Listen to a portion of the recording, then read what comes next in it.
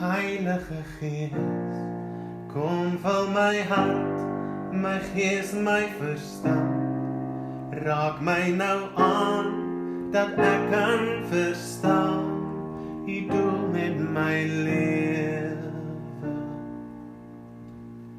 Dat ek my lewe, my krag, my vermoëns aan U kan toewy, U dien met my gawes.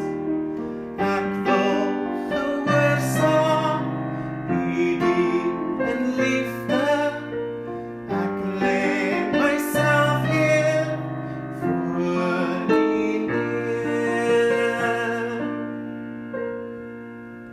Kom, Heilige Gees, kom vul my hart, my gees, my verstand. Raak my nou aan, dat ek kan verstaan, U doel met my lewe.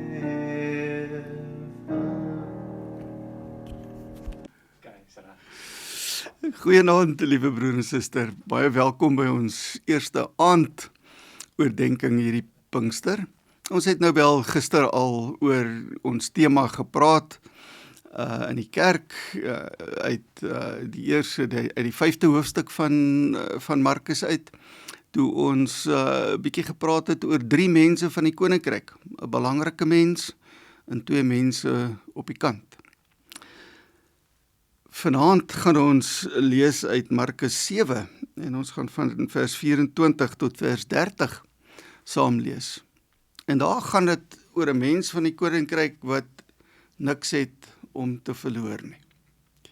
Soos ons gister afgespreek het, wil ek julle weer uitnooi om soveel mense as moontlik en as wat vir jou goed en lekker is, uit te nooi om saam met jou te wees wanneer jy hierna kyk. Dit is nie altyd vir almal moontlik nie, maar as dit moontlik is dit goed om altyd saam met iemand te wees. Die Bybel is eintlik nie geskryf vir mense wat alleen in 'n hoekie sit nie, maar dit is geskryf vir mense om dit te hoor wanneer hulle bymekaar is. En aan die einde, wanneer ek die slotgebed gedoen het, wil ek jou vra om vir jouself so 2 minute stilte te gee. Bietjie te dink oor wat gebeur het. En miskien na die tyd saam met hulle wat saam met jou geluister het, of miskien die wat op 'n ander plek geluister het wat jy deur die tyd sien, weer 'n bietjie te gesels oor waaroor ons gepraat en gedink het.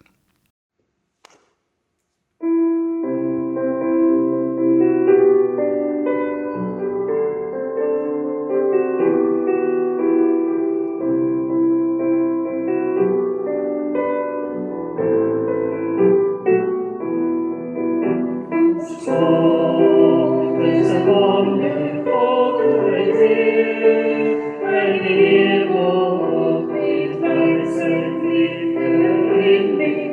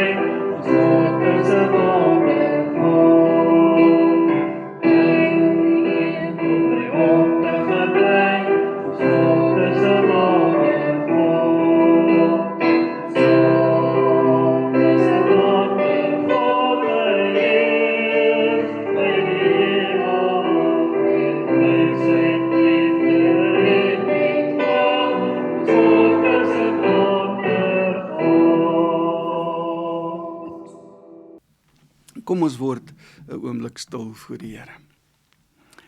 Here, ons is hier by mekaar omdat ons honger en dors is om die woord te hoor. Ons erken dat u woord vir ons die lewe oopmaak. Ons erken dat u woord nie net daar is dat ons dit hoor nie, maar ook dat ons iets van u kan sien.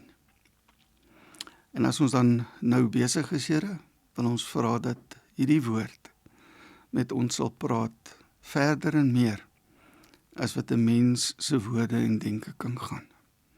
Amen. Markus 7, ons lees van vers 24 af en ek lees uit die 2020 vertaling vir ons. Jesus het daarvandaan weggegaan en na die gebied van Tyrus vertrek. Hy het 'n huis binne gegaan en wou nie hê dat iemand dit moes weet nie, maar hy kon nie onopgemerk bly nie. En gou het daar 'n vrou wie se dogtertjie onrein gees gehad het, van hom gehoor en voor sy voete kom neerval. Dit was 'n Griekse vrou van Siro-Fenisiese afkoms. Sy het hom gevra om die demoon uit haar dogter uit te dryf. Hy het vir haar gesê, laat die kinders eers versadig word, want dit is nie mooi om die kindertjies se brood te neem en vir die hondjies te gooi nie. Sy antwoord hom toe, Here, die hondjies onder die tafel eet darm van die kindertjies se krummels. Daarop sê hy vir haar, op grond van wat jy gesê het, gaan huis toe. Die demoon het reeds uit jou dogter uitgegaan. En toe sy by haar huis kom, kry sy die kindjie op die bed lê, en die demoon was reeds uit haar uit. Ons lees tot sover. Soos ek gesê het, voordat ons begin lees het, ons tema vir hierdie gedeelte is, iemand wat niks het om te verloor nie. Wanneer ons oor mense van die koninkryk praat, dink ons baie keer dat dit spesiale mense moet wees. Mense met uitsonderlike gawes, mense wat Jesus raak gesien het en wie hy geroep het om 'n besondere taak uit te voer. En baie keer vergeet ons dat Markus, wat die eerste een is wat met ons praat oor die koninkryk eintlik, hierdie term koninkryk gebruik om die groot wêreld waar God teenwoordig is vir ons te beskryf. En om vir ons te wys deur dit wat hy ook hier vir ons vertel, wie die mense is wat deur Jesus aangeraak word en wat eintlik deel uitmaak van hierdie koninkryk. Wanneer 'n mens Markus lees, begin 'n mens agterkom dat die koninkryk eintlik baie wyer gaan as wat ons denke vir ons wil gee. En hierdie verhaal wat hy vir ons vertel, sê vir ons iets.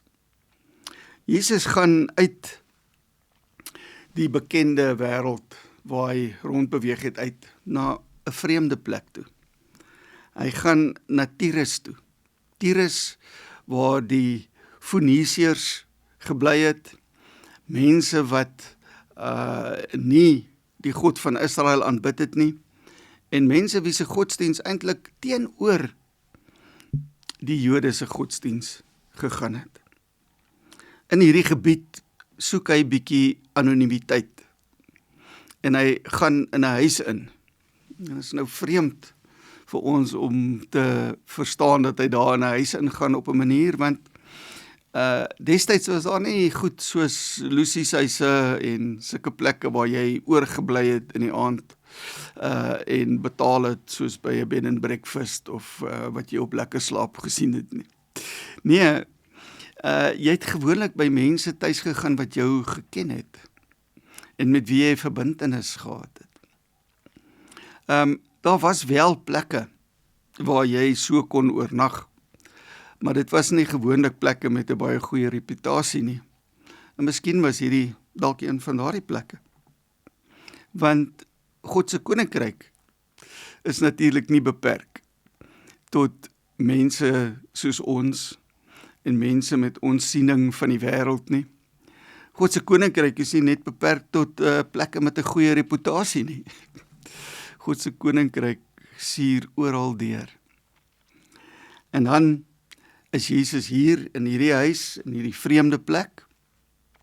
En dan kom daar 'n vrou van daardie omgewing na hom toe. Maar interessant, daar word gesê sy is 'n Griekse vrou van Syro-Fenisiese afkoms. Dit wil sê, sy was iemand wat die 12 gode van die Grieke aanbid het en wat eintlik in die Griekse kultuur opgeneem is van daardie tyd. 'n Verteenwoordiger van die kultuur wat eintlik die hele wêreld vol was. En in die Griekse kultuur het mense geglo dat siekte op 'n sekere manier na jou toe kom. Hulle het nie geweet van kieme en van virusse, en selfs as ek van kieme praat, weet ek een van my kleinkinders sal my sê, dis bakterieë, dis nie kieme nie. Hulle het nie daarvan geweet nie. Daar was altyd 'n agent van buite wat dit gedoen het, en dit hang af hoe die siekte hom uitgespeel het, en hier word dit nie vir ons beskryf nie, maar ons kan hieruit aflei dat dit eintlik 'n gedragsding was, wat met hierdie kind verkeerd was. Dat sy ontoepaslik opgetree het in die samelewing waarin sy was, dat sy mense dalk skrik gemaak het, dat mense afstand van haar wou gehou het, en dat sy op daardie manier eintlik nie ingepas het nie, en natuurlik op 'n manier ook daarmee haar familie op die rand gesit het. Hierdie vrou doen 'n ding wat in daardie tyd eintlik baie onvanpas is, en sy kom na Jesus toe. Sy spreek hom eers aan. Sy wag nie vir 'n geleentheid dat hy na haar toe moet kom en sy aandag aan haar moet gee nie. Sy wag nie vir sy erkenning nie. Sy breek eintlik die reëls van die samelewing. En as sy hierdie reëls breek, kom daar al iets na vore van haar desperaatheid. Sy het nêrens mee om te gaan nie, en sy het niks om te verloor nie. En dit sien ons uit die gesprek wat sy met Jesus het.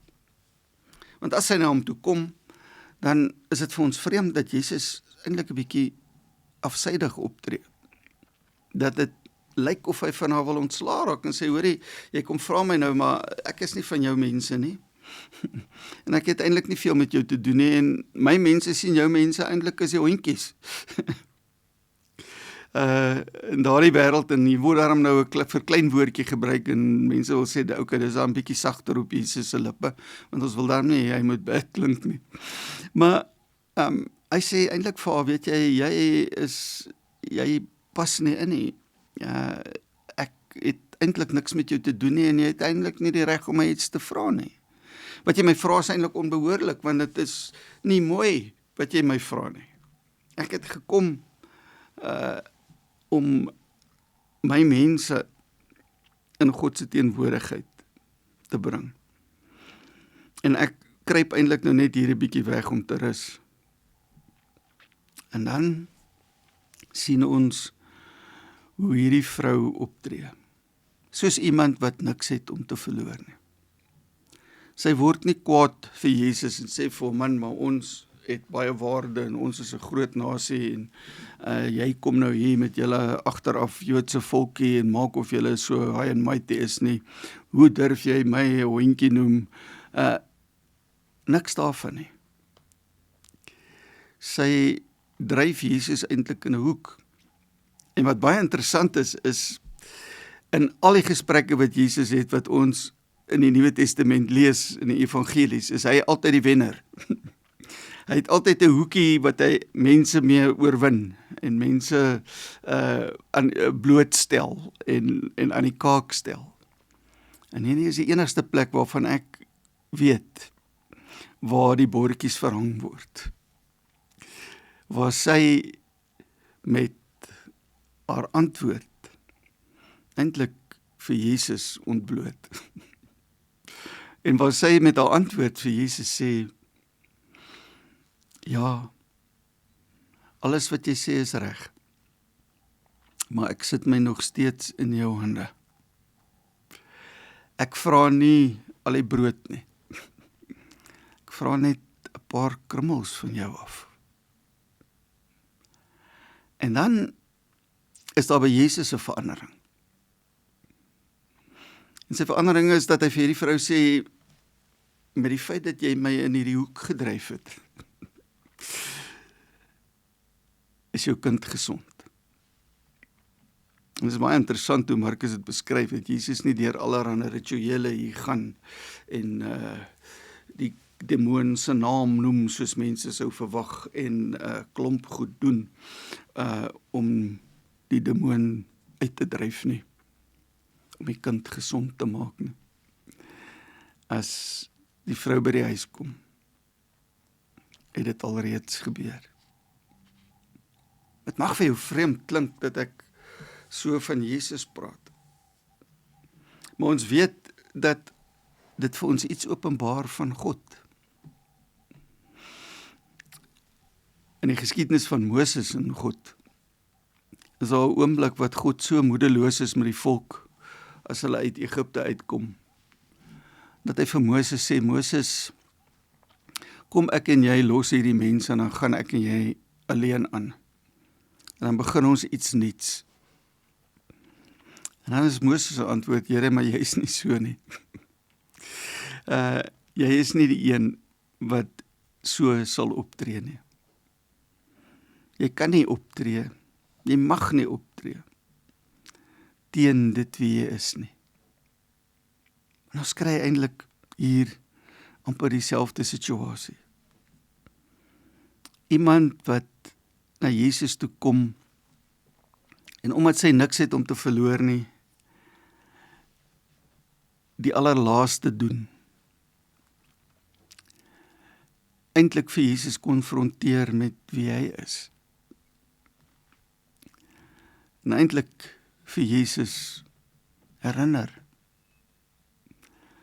dat sy krummels wat hy gee, vir 'n mens wat niks het om te verloor nie, genoeg is. En ek en jy, in die 21ste eeu, wat sê dit vir ons? Ons is miskien baie min op 'n plek wat ons niks het om te verloor nie. Ons is miskien baie op 'n plek waar ons 'n klomp uitkomkanse het. 'n Klomp opsies. Plekke waar ons kan heen gaan, mense wat ons ken, ondersteuning wat ons het. Oor die eeue heen, wat die Christendom bestaan, sien ons onsself ook nie meer as die hondjies wat die krummeltjies van onder die tafel afkry nie. Maar weet julle, as Jesus nie anders opgetree het, na wat hierdie vrou vir hom gesê het nie, dan sou die meeste van ons nie vandag sy mense kon wees nie. Want ons is nie, dink ek die meeste van ons, daar kan dalk een of so wees wat 'n bloedjood is wat na ons luister. Maar ons kan nie op die bloed in ons are staat maak om familie van Jesus te wees nie. Ons kan nie op die bloed in ons are staat maak om enige aanspraak op hom te hê nie. Ons kan dus sê dat hierdie vrou vir ons deure oopgemaak het na God toe. Dat sy dit vir ons moontlik gemaak het om daar te wees waar ons kan weet, hierdie Jesus stel ook in my belang. Ek kan ook deel van sy koninkryk wees. En dan openbaar dit vir ons iets van God se koninkryk. God se koninkryk is vir almal. God se koninkryk is vir mense wat kan afstand doen van hulle eie mag en van hulle eie posisie. God se koninkryk is vir mense wat kan kom op die plek waar hulle weet ons is in die geselskap, hier waar ons nou leef, in die geselskap van die groote God. Die groote God wie se krummeltjies vir ons genoeg is. As jy op die plek kom waar jy niks het om te verloor nie, weet dan, jy kan in God sy teenwoordigheid kom. En sy koninkryk is vir mense wat niks het om te verloor nie. Mense wat op die plek is waar hulle besef, dit wat ek het, is net genade. Hier waar ek is net vir my gegee. Ek kan voor God broos en klein wees. Ek hoef nie belangrik, goed en groot te wees nie. Ek is eintlik op die plek waar ek niks het om te verloor nie. Dis baie interessant dat in sekere omstandighede mense wat niks het om te verloor nie, die gevaarlikste mense kan wees. Mense wat hulle nie laat oorweldig deur dit rondom hulle nie. Mense wat hulle nie laat afpers deur iemand anders se posisie of se mag nie. Mense wat maar net in die realiteit waar hulle is, besef wie hulle is en wat hulle nodig het. Dink 'n bietjie, hoeveel het jy nog om te verloor? Dink bietjie of dit vir jou soveel saak maak om 'n bietjie eer, bietjie rykdom, bietjie posisie, om dit te hê. Dink 'n bietjie of dit by jou ook so is dat jy nog meer en meer wil hê en dat jy dalk eintlik maar net nodig het om te besef, God se krummeltjies is vir my genoeg. Amen. Kom ons bid saam. Here, ons wêreld is 'n wêreld waar dit nog steeds, soos by die Grieke, kan gaan om my eie eer, my eie posisie en wat ek het om te bied. Dankie dat ons in hierdie mens van u koninkryk kan sien wat iemand kan doen wat niks het om te verloor nie. Dat sy eintlik op 'n manier vir ons duisende jare later weer die versekering kom gee. Dat u krummeltjies vir ons genoeg is. Dankie dat ons vanaand weer kan besef dat ons geen aanspraak op u het nie, behalwe dat u is wie u is. En dat ons deur die geskiedenis kan sien dat u ten goeie van ons verander en dat selfs die hondjies vir u belangrik genoeg is dat ons die krummeltjies kan kry. En ons weet, Here, as dit nie vir hierdie vrou was nie, kon ons dit dalk gemis het. Help ons, Here, wanneer ons voor u leef in u koninkryk, om te besef dat wat ons het genoeg is. Dat wat u vir ons gee, die beste is. Amen.